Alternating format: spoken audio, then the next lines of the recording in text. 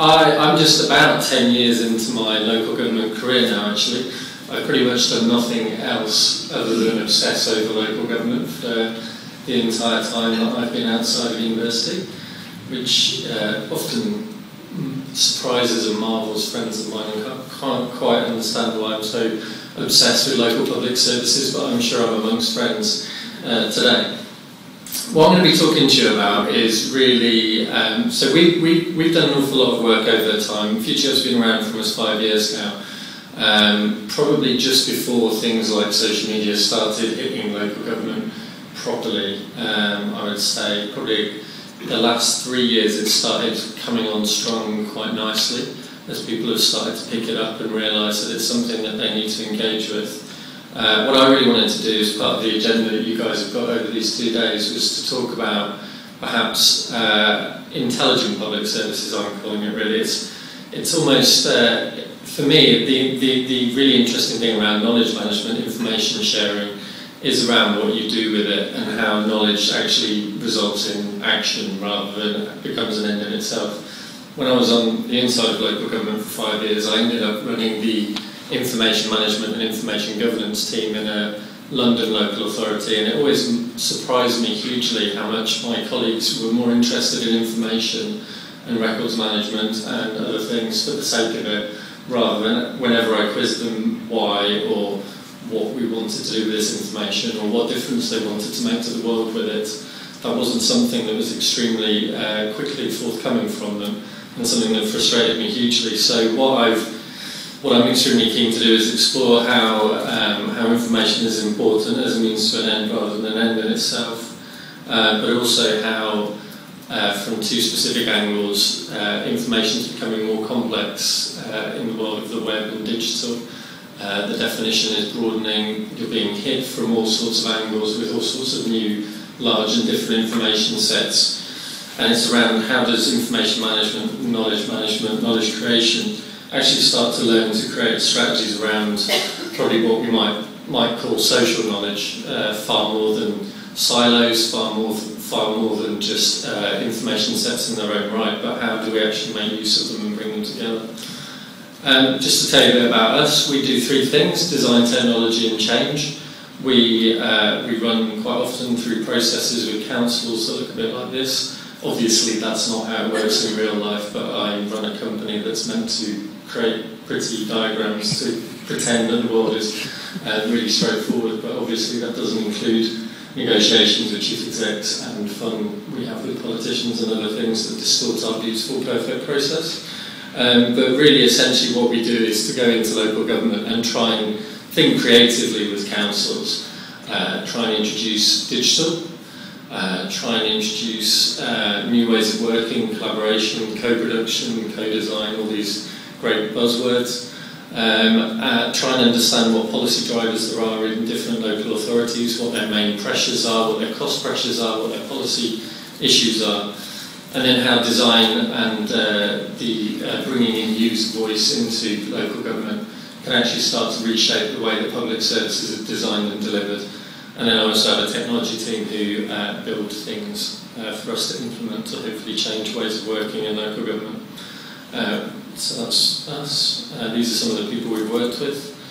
And anything I'm going to be talking about today should be on my delicious feed somewhere, which is my way of doing records management from a social bookmarking point of view. So if you want to see the kind of things that I read, then have a look at that.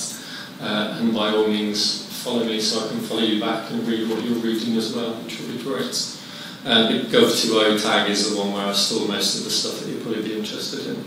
I would imagine, rather than wedding or something like that, which I've just gone through. But you're welcome to read that as well if you like. You can stalk me on Flickr for that one instead. Okay, so what I'm not really into is this kind of stuff, this kind of like strategy, decision-making kind of gateway stuff where you come in with a beautiful process and there is an answer to a thing. And really what I'm going to be talking about is a bunch of thoughts, hopefully to try and make you think about how to manage this stuff. I don't really think there is a predetermined answer. There is better and worse, but certainly I'm not going to give you a roadmap to exactly how to deal with social social world, social knowledge, social information. I think the main point to start with is that this stuff isn't punk anymore. It's not cool, it's not really that alien to people. It's pretty much part of what we all kind of understand and do and know in our own home lives, whether it's Facebook or anything else that you might be using. It's not really cool and separate. When I tried doing this 5 years ago in local government, you can imagine how unbelievably difficult it was to persuade them of the value of it, particularly because things like Facebook weren't really that old and didn't have that many users that you would be able to identify in the local area for a start, so that was a bit of an uphill struggle, but it was just so alien to people. Whereas now we have information pouring onto us from the social digital world across a whole plethora of different sites that are really quite complex. And what that's doing to organisations, local government included, is really challenging. It's actually breaking down this previous perception that we had, and certainly I had when I was on the inside, that we were kind of in control, that we had the information under our control, that we were the ones who stored it and managed it, that we then decided what to do with it, what to share with the world, and things happened directly as a result of what we decided.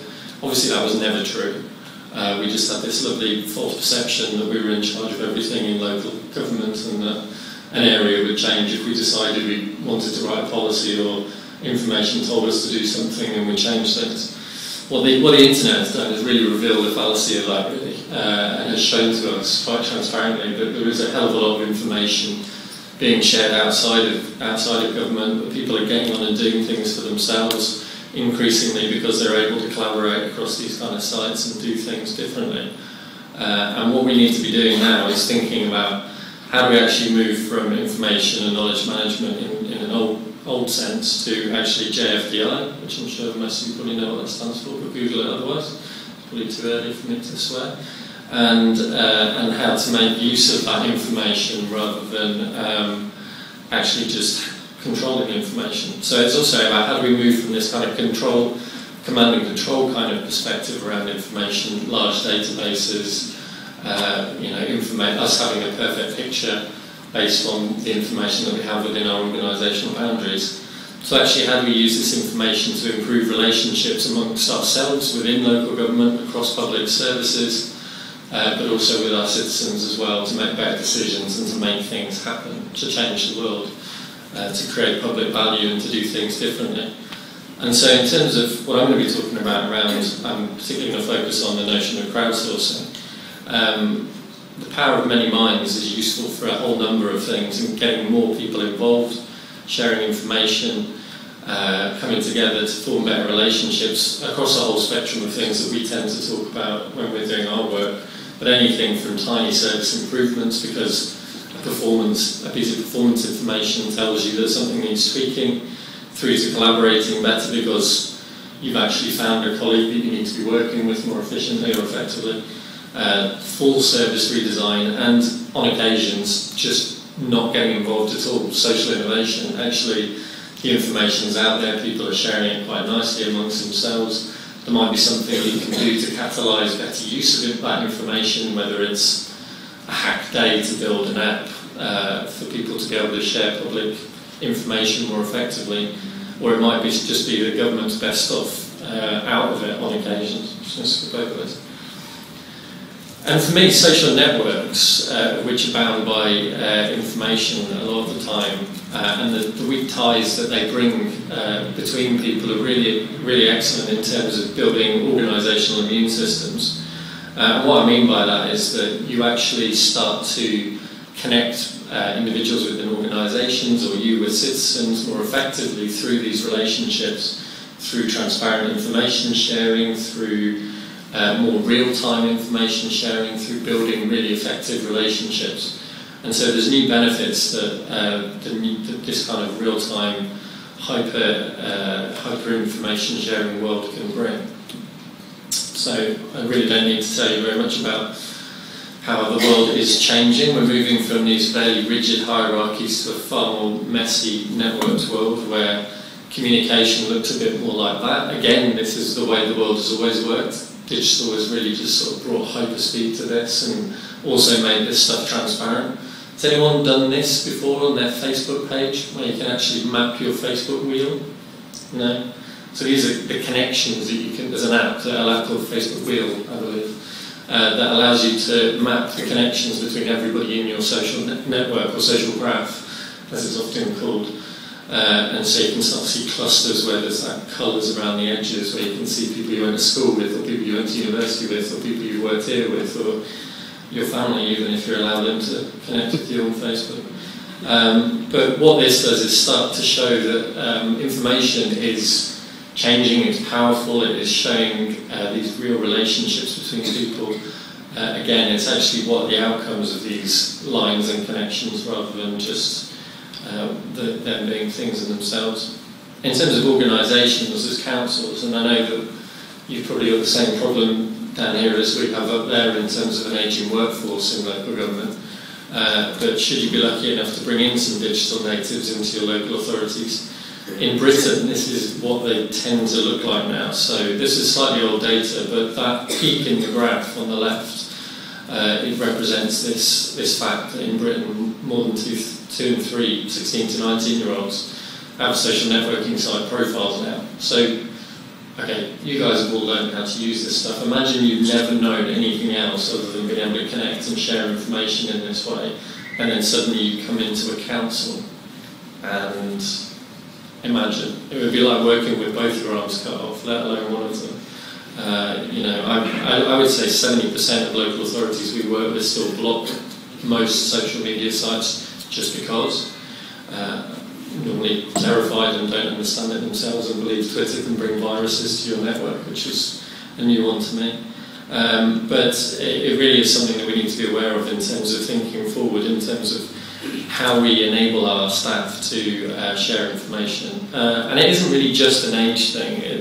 This graph was quite interesting because it showed, I think it's mostly US data, but it shows the age range across different sites. It isn't just that digital natives, young people are suddenly digitally aware, and therefore they're really demanding of you guys in terms of how they should be allowed to work.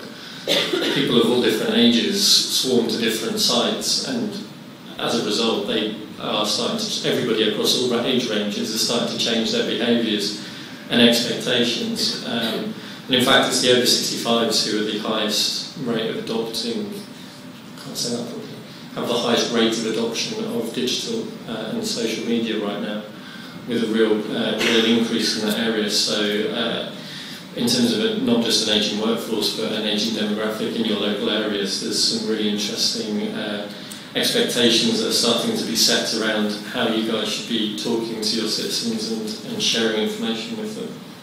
So here's a range of things that you can use social media for.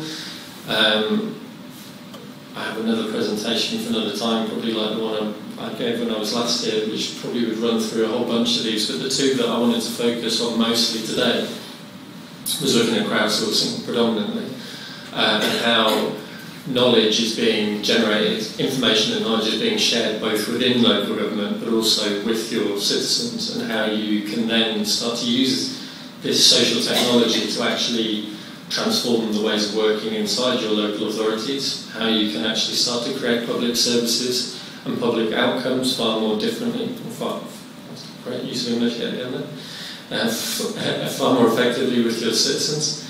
And the two angles I wanted to take really was, one, how do you do it hand in hand with your citizens, and then I'll come on to an example of a project that we're working on around how do you actually better connect your public sector workforce to generate better information sharing, knowledge sharing, and better outcomes for all.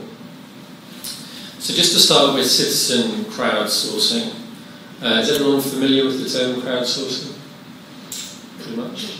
Hands up if you really have never heard of that term in your life.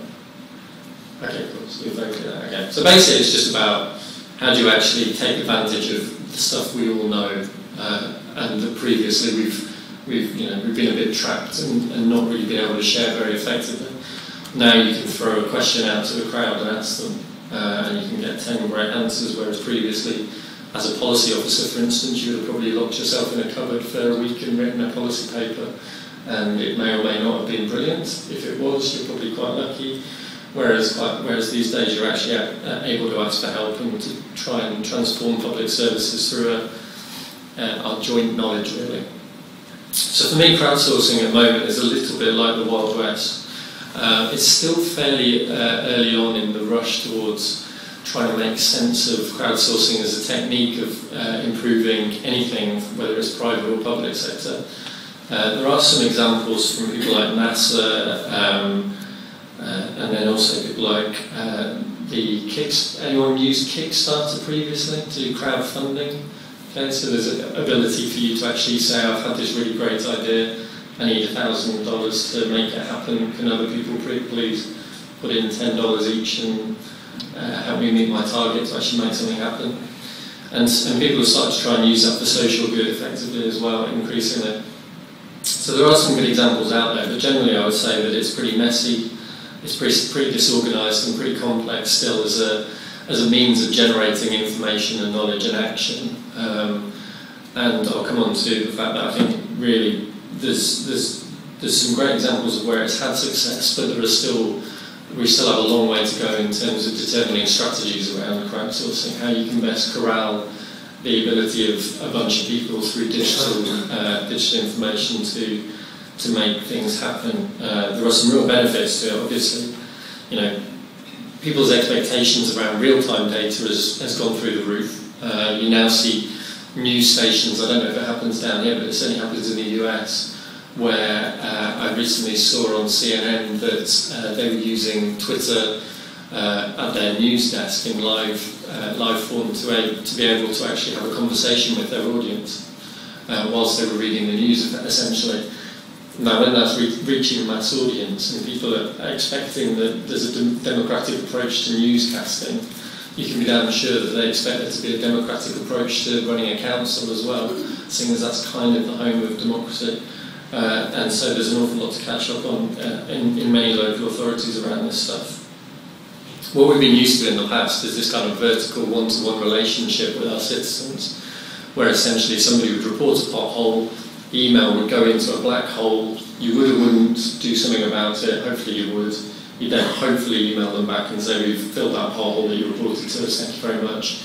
But there was no visibility of that stuff. There was no way for a wider group of people to actually see what actions were being reported. You know, I've got a messy park, can you come and clean it up? And that's quite an expensive model for local government. It means that you're responsible for everything. It's really hard for you to actually put things out there and ask the crowd to do some of this for you, to try and reduce costs or to do things more efficiently, or for people to take some personal responsibility for their local areas. And what we're actually able to do now is connect people far more effectively through digital in particular, where information is far more transparent, where you can actually start to be a convener of people and actions rather than actually being responsible for everything. You can be the people who say, okay, these are the things that only the council can do, probably filling a pothole, I would imagine. But when it comes to litter picking, it might be quite nice if we helped any of you guys or the local friends at the Park Association to get together in a local area to make things happen. And by the way, you might save some taxes if you do this with us. So it's quite a widely used mechanism now where people are putting out calls for ideas. They're looking for people their citizens to help them decide what is wrong in an area and how they would like to improve it. If you're on the west coast of the US, like Seattle is, it will often be the case that the top result will be legalised marijuana, no matter what question they ask. And that happened to the White House as well. But I'll come on to how you can kind of manage that situation as well. But it is really interesting as a way of saying, they're trying to be a bit more modest and a bit more open as a city or as a local authority to say, we actually don't know everything. And trust me, it's hard. I'm sorry if there's any councillors in the room, but it's hardest for councillors to say we don't know everything because you don't get elected by saying you don't know everything. But it is increasingly recognised as a good way of working, as a good way of being. When you've got the governator doing it, then you've got some good examples out there of politicians who are relaxing into this way of trying to generate information and improvement in a far more open and relaxed way. If you can actually use the hashtag #MyIdeaForCA and put into 100 characters that are left what your solution for fixing California and its messed up politics and economy is, you are some sort of miracle worker. And would question whether Twitter is exactly the right mechanism for trying to solve all the problems of California. But again, these are some of the strategies and some of the learning points that people are picking up as they do this kind of thing. As they try to open up their organisations a bit and say, previously you've elected us to give you all the solutions, we were kind of lying to you, that was never going to happen, it would be much better if all of us worked together to solve some of these problems. And if you are going to open up, sometimes you'll get some really good feedback. When we put Barnet Council in North London on pretty much every social channel we could possibly think of, at that point it was, I have to say, a bit of a PR campaign to try and prove that councils were capable of putting their logos on social media websites about 4 or 5 years ago. So we just plastered their turquoise logo everywhere, with very mixed results, I have to say. But positive PR. You have to then accept that you're going to get some bad stuff back as well, which again is a real culture change kind of thing. You know, how do you manage this information? I mean, that's one of my main points out of this. This is the Wild West. You're going to go out there, you're going to put yourself out there with more or less control. You can start small and build, or you can go big and just deal with the flood of stuff that you get, if you're lucky. But what you then have to understand is, how does this relate to your customer service strategy or your information management strategy? Where does this stuff go? Like, what priority does a tweet have in relation to somebody making a phone call to complain about something? It's a really interesting point. The tweets are now archived by the US government. Do you archive your tweets in relation to your council? What do you do about that? Some interesting questions. And obviously you're going to have to face some less fun responses as well if you put yourself out there and take some risks. And this again is a lot of what we have to deal with and what we manage with our clients around politics in particular, where they're relatively unpopular. The Mayor of London probably deserved what he got on that one. And relating to customer service as well, and this information management point, when we were in Barnet, we set them up on Google Alerts so that they could start to reach out and be more intelligent about what people are saying about them out on the web. We just put in some key results. We put in their 13 town centre names. We put in misbit plus misbins or whatever it was. And one fun Monday morning, I came into the office to find that the Director of Communications in Barnet had a Google Alert with this blog post attached to it in their inbox. And she was clearly not too impressed and didn't really know what to do about it. What essentially happened was that this mess on the right had persisted for months and months in this alleyway that actually leads to 20 homes, 20 flats. And the residents had eventually just lost their rag and set up this blog because the customer service team weren't doing anything about it. There was no transparency. They were emailing, they were calling, nothing. What do you do about it? Frustrating. Hang on a minute, the internet allows me to tell the world I'm really pissed off with Barnet Council. And so, lo and behold, this happened. Now, unsurprisingly, the response was the full flashing blue lights, bells and whistles response, because this freaked them out, because it was public. They obviously thought thousands and thousands of people were reading it. It was a political nightmare. Clearly, there was probably about 2 men and his dog at most reading this blog post, because how on earth would you find it? They hadn't done the things like pushing it to newspapers or into community forums. They literally just put it up as a kind of like, I'm pissed off, I just want to get this off my chest kind of blog post. But as a result, we went crazy, and it was all resolved in about 12 hours in comparison to their months of trying it in other ways. So again, information management, knowledge generation, like, what do you do with this stuff? Like, how should you respond? Should, because they wrote a blog post, they just jump the queue on thousands of people who have got questions? This is like far more than just a sort of social media story. It's much more about how do you actually deal with this stuff when it hits the fan. In a more positive note, and a really big example of the use of crowdsourcing a good few years ago now, about 3 years ago, the Obama administration actually used a wiki to bring scientists and citizens together to collaborate on writing the national science and technology policy for America. And through all of this, I guess my main point is that you need a strategy for managing crowdsourcing. You need rules around it. You need some sort of approach to actually understanding this mess. This is actually a wiki wall that was at the end of my street not long ago in Washington, DC, where somebody had just decided that they wanted to do as an art project to understand what people in Washington wanted to do before they die. And you could just walk up and write a wish on the wall, essentially. But obviously she understood as well that, you know, for it to be democratic, she had rules. You know, it was going to be washed every week so that everybody could have a go once it got full, that they were all captured and represented in her art show. But she really kind of took control of this and didn't just let it go wild, which unfortunately too much crowdsourcing ends up in.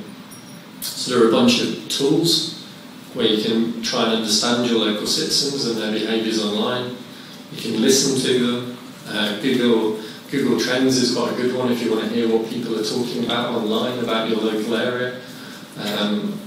For instance, there's tools like Cloud, so you can actually work out who is influential in your local area as well.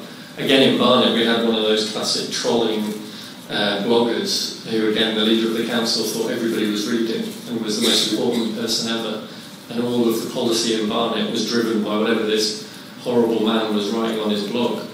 Well, we used Clout and other tools to actually show the leader of the council that he was about the 40th most influential person online when it came to Barnet's reputation and what it was doing. And instead, the most influential person, bizarrely, was head of marketing for a different council, because he'd actually done some blogging on positive use of social media in local authorities and had us up as an example on a few weeks in a row. And a lot of people were reading that, and a lot of positive reinforcement was going on around what Barnet were doing. And so instead we persuaded the leader of the council to ignore the blogger and take this man out for dinner to make sure that he kept saying nice things about us. But equally, it could have been it could have been a priest, it could have been a head teacher, it could have been whatever. You never know. But it's quite interesting to work out who are those people who are saying good things or bad things about you. We work with with Swindon in Britain as well to try and work out where are the local communities online and what people are saying and how they're connecting with one another. And the downside of not controlling crowdsourcing, well, not having rules, I should say, because you can't really control a herd of cats brilliantly, is that this happens. This was the most recent photo I have of this wall, and I can only assume she gave up or it was the end of her art projects. But as you can see, if you just leave this stuff to go wild, it does go wild. And there's some not very nice stuff written up on that board. It's a total mess. You can't really get any benefit derived from it. So really what I'm saying there is that if you're going to get involved in this, kind of commit to it. It's a really rich source of information and of intelligence on your local area if you use it effectively, but if you don't, it's kind of useless and gets really messy. And one example of where that happened was this big spending challenge that George Osborne dreamed up in Britain when he came to power. In theory, a great thing. Ask citizens where the government is wasting money. Ask civil servants where the government is wasting money. Get them to post ideas. Reward people who come up with the best ideas. Great. What they didn't put up there was the kind of rules that they had in their head. They didn't articulate, what things they'd already thought of and what things they just were never ever going to do in a million years.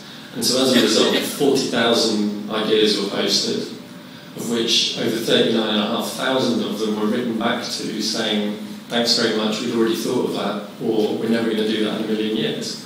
There was only 100, 200 that got through the gateway. As a result, 39,000 really quite pissed off people who actually bothered to spend their time telling the government what they wanted to get involved in. So similarly to this, it ended up in total chaos and an awful lot of bad press for the government and really derived very little useful information for them. If they just had some loose-bounded rules around it to actually help facilitate the process, it could have been a really useful way of generating knowledge about the local area. And there's some great examples around where this stuff is creating really positive outcomes. This is where I'm interested in the use of information for social action, rather than just it being an end in itself, which is too often the case. So this is, and also it's this tension between formal government public services data that we all have on our servers versus crowdsourced crazy data out on the web, Wikipedia style, that you don't have really any control over, but you can try and take some sort of shape around and use for good if you can. And the two different information strategies around those two things are hugely divergent. One where you think you know what you have and you know how to control it, and you can have 7-year timeout strategies for retention or whatever you want.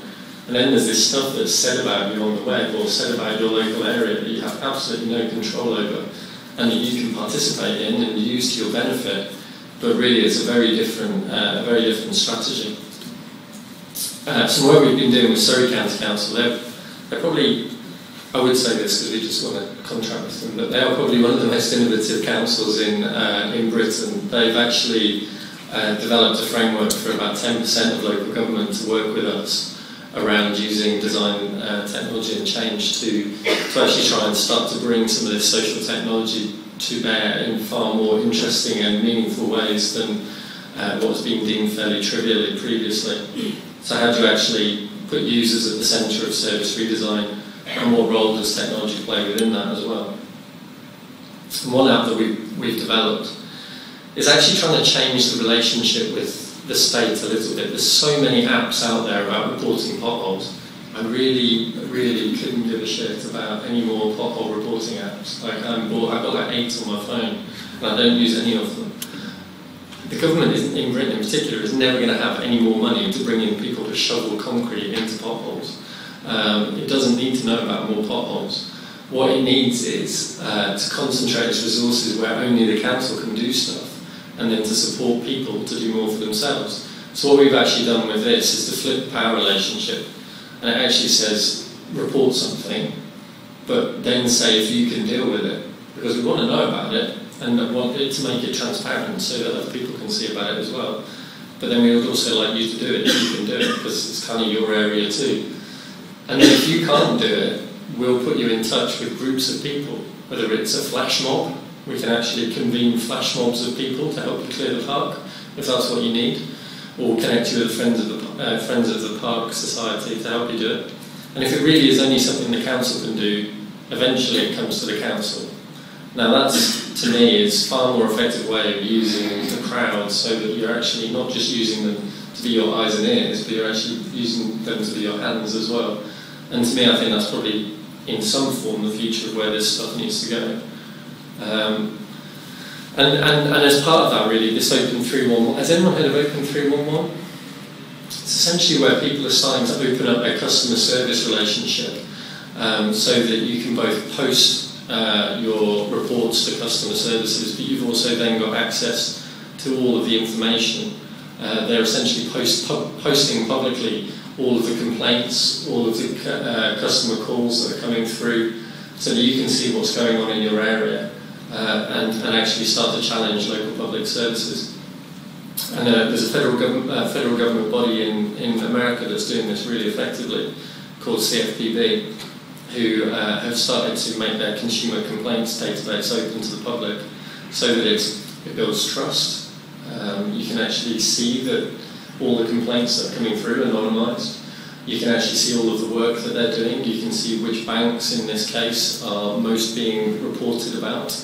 It avoids duplication, where instead of reporting yet another thing the same about that bank, you can just say, yep, that happened to me as well, +1, rather than creating lots and lots of duplicated data.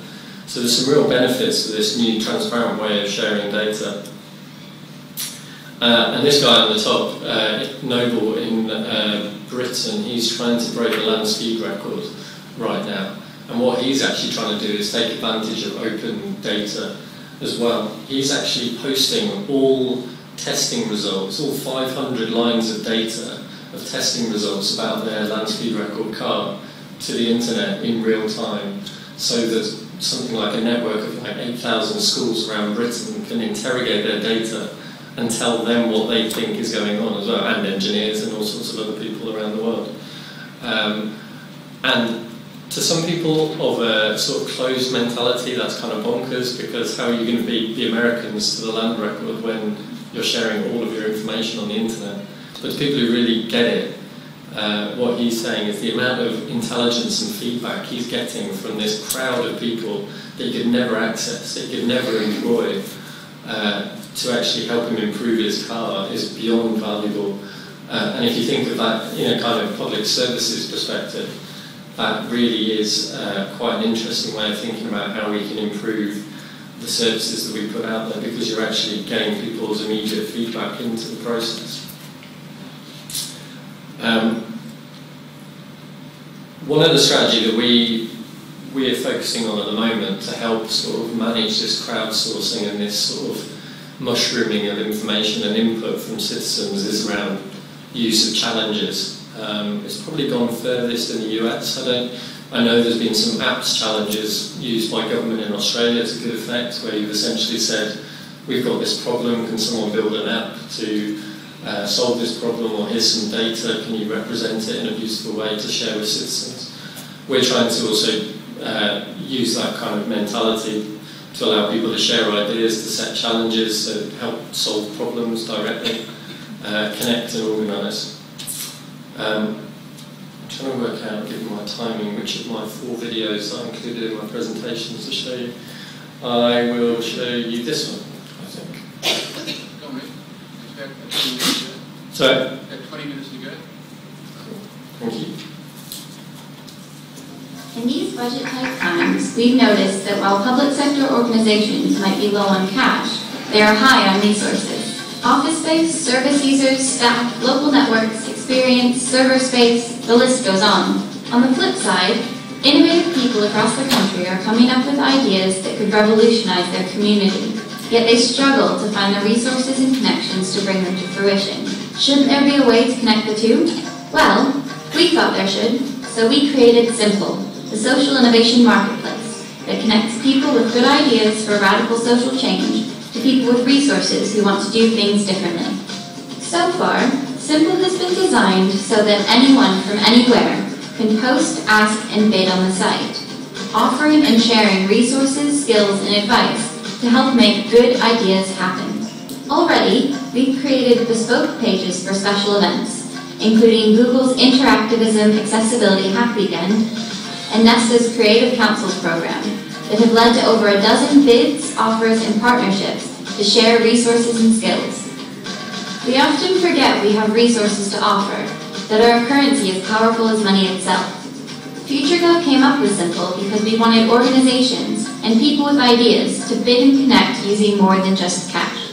By asking, if you had the money, what would you spend it on? Simple can develop that mindset and change how communities, and particularly the public sector, approach and fund projects.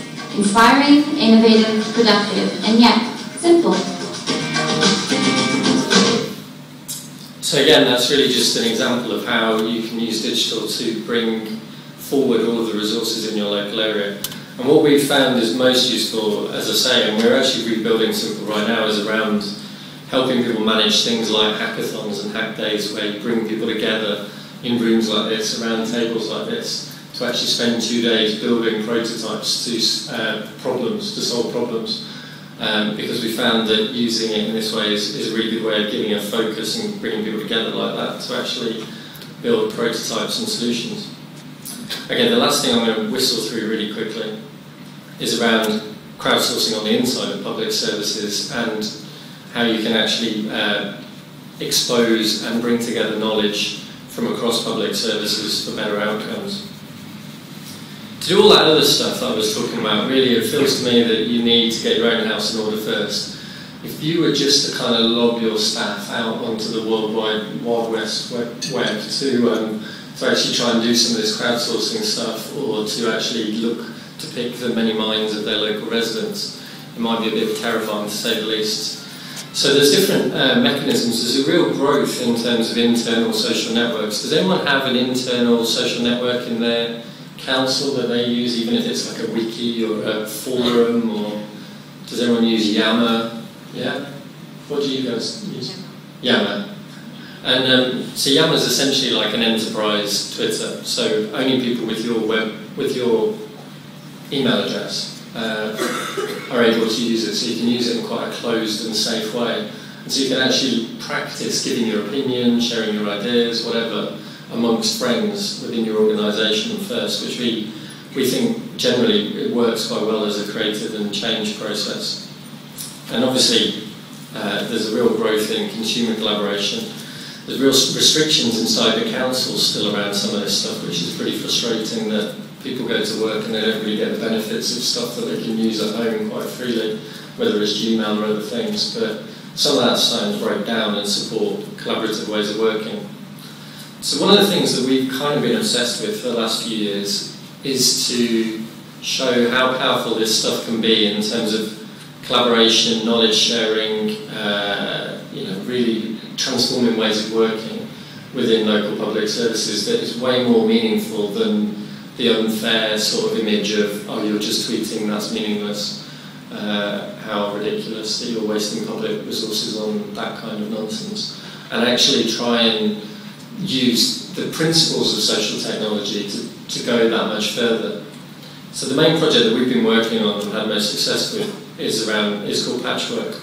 And it's essentially a multi-agency networking tool that works across any public sector organisation. These kind of people, from councils to health sector to police to even most recently the voluntary sector and others. And we've actually been supported by investment from the public sector, which is quite interesting and something I'm not aware of, where they've acted almost as a VC to us. They've given us a kind of investment loan to build this app. And the real problem that we were trying to solve was, how do you stop increasing amounts of children falling through the gaps between public services because information isn't being shared effectively? There was a kind of a preeminent case, or a really sad case, tragic case in Britain of a child called Baby Peter who kind of inspired the app, where there were something like 60 interventions across around 10 public bodies over 18 months, where nobody had the whole picture, where this child was seen by local doctors, police, housing janitors even called around and noticed there might be something wrong, but nobody ever hit the red button, and eventually, unfortunately, the baby died. And so what we've been trying to do is trying to understand how can you use social technology to better connect practitioners on the front line to be able to ensure that that doesn't happen again.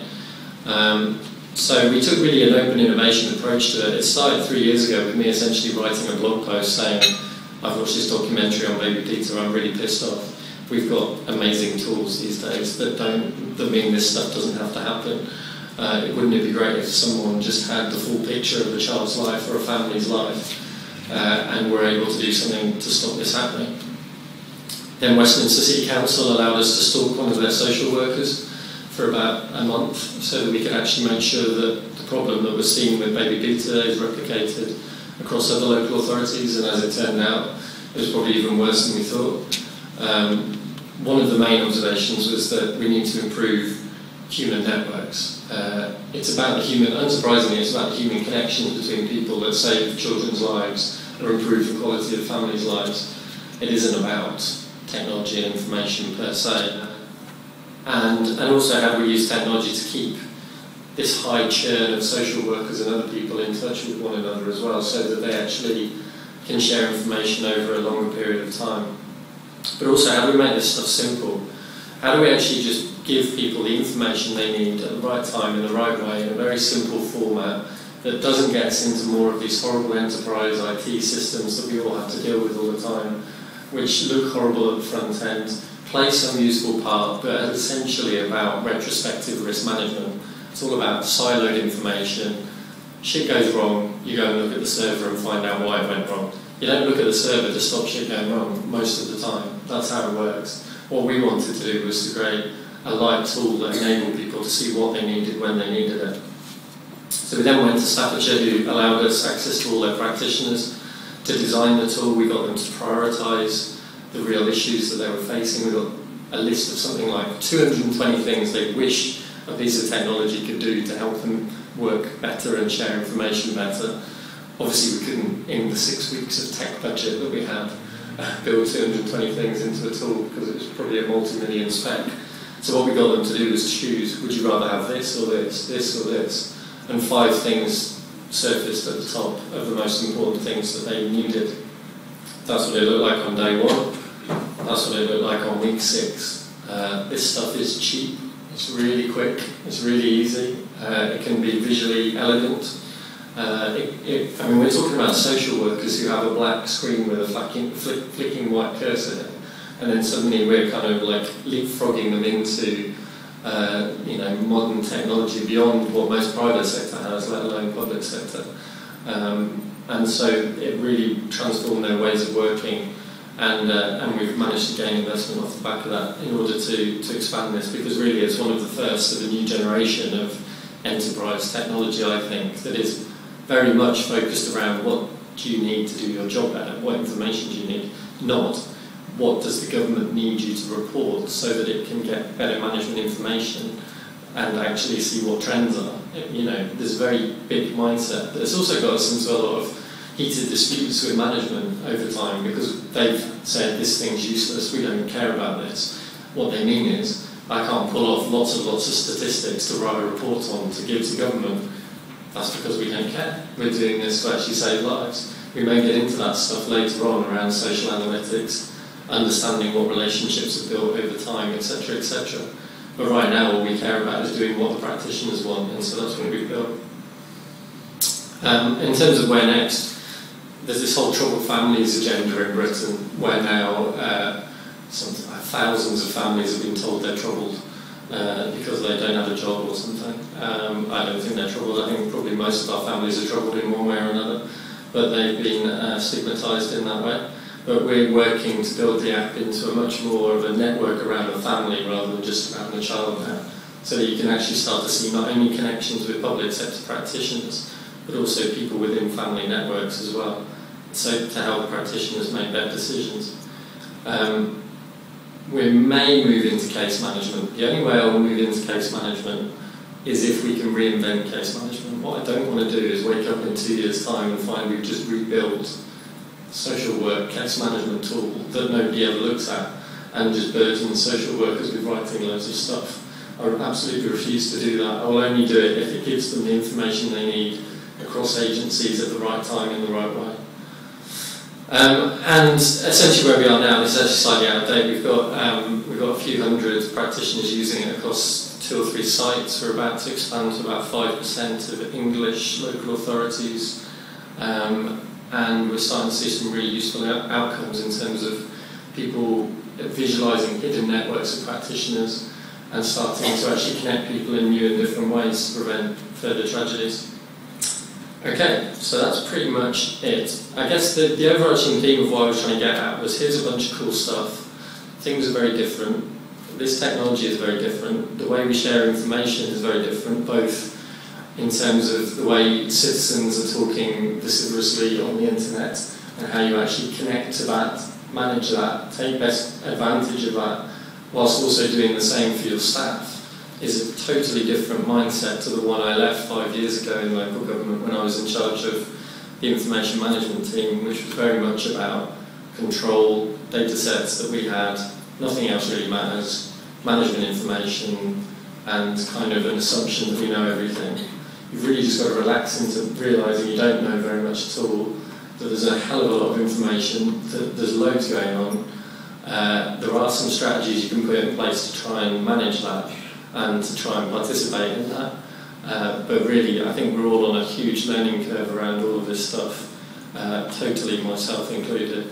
And really where information management, knowledge management goes from here is exciting, but it's definitely not predetermined, and it's kind of for all of us to decide. So if you want to read some interesting things, there's some books. So thank you very much.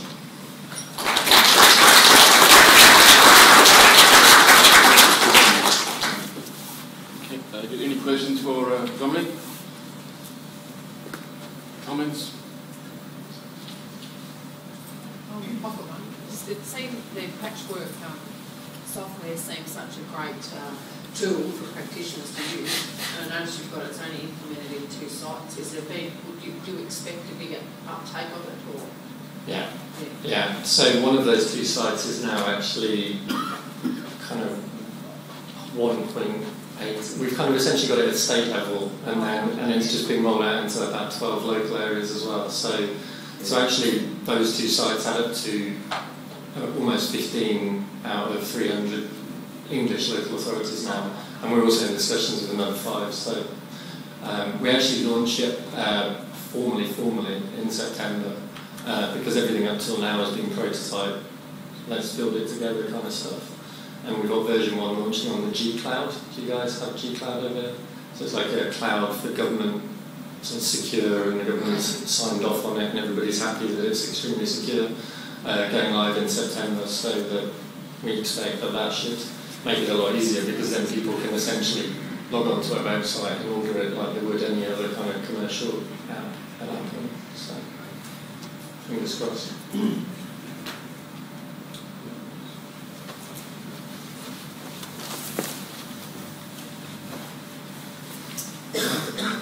Just a quick question around sort of place and space. With a lot of social media is that sort of the short sort of tech sort of base there. Have you started looking at sort of the geospatial dimension of this? The fact that all these smart applications are, if you like, geocoded, and how is that changing sort of the way that sort of some of the insights that you're getting? I'm just trying to understand the geospatial context to what you're doing as well, just the tagging the information. Yeah, no, it's an interesting one, that one. Amazingly low demand around that stuff from local government, we're finding. And also the complexity around the fact that some of that stuff is good in certain places, but an awful lot of it is pretty bad, and relies on semantic analysis and things that also is equally woolly. You know, such a tiny fraction, for instance, of tweets are actually geolocated, really, and also when you can search London, but is that someone talking about London? Is that someone in London? Is that whatever? So it hasn't resolved. It's getting better. It hasn't resolved that problem. We tend to find, and there's tools like Radian 6, which was bought by Salesforce not that long ago, which is deemed to be like, you know, a premium sort of social media analytics tool. It costs like $1,000 a month or something or more, which obviously local government isn't really interested in, and why on earth would it be? So an awful lot of what we do is to try and get to a point of what's good enough. We build geolocated stuff into our apps. We've got an app at the moment which is around Meals on Wheels and actually connecting neighbours to cook for one another rather than the expense of a council paying for Meals on Wheels. And that relies really heavily on, obviously, on geography. But I would say it's still really early on in local government, from my experience. This kind of shift as well, we haven't really seen a shift from GIS as it was, because that used to be under my purview in Barnet 5 years ago as well, with expensive GIS tools moving through to OpenStreetMaps and far cheaper, more effective GIS tools as well. So I do think there's a bit of a cultural shift and a cultural barrier going on there still as well, because there's quite a lot of protection around GIS in local government, we find, where I think, similar to perhaps records management people, information management people, the profession is transforming, and if GIS people were to move into skilling up themselves around an awful lot of this stuff, I think that could be really powerful and actually lead an awful lot of our work for us rather than us pretending we know more than them, because we don't really. Okay, we might call it quits here. Can you please send Dominic Campbell?